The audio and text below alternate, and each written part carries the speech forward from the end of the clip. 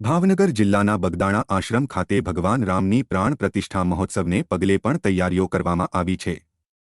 બજરંગદાસ બાપાના આશ્રમ સંપૂર્ણ લાઇટિંગ સાથે શણગાર કરવામાં આવ્યું છે। સંતોની ભૂમિ કહેવાતા કાઠિયાવાડમાં બગદાણા ખાતે ભગવાન રામની પ્રાણ પ્રતિષ્ઠાને પગલે 22 તારીખના રોજ વિવિધ કાર્યક્રમ યોજાનાર છે, જેમાં સુંદરકાંડનું પઠન, અખંડ રામધૂન અને સમગ્ર બગદાણામાં ભગવાન રામની નરયાત્રા યોજીને અન્નકૂટ સુધીના કાર્યક્રમોનું આયોજન કરાયેલું છે, જેમાં ભાવિ ભક્તો દ્વારા ઉત્સાહભેર ભાગ લેવામાં આવી રહ્યો છે।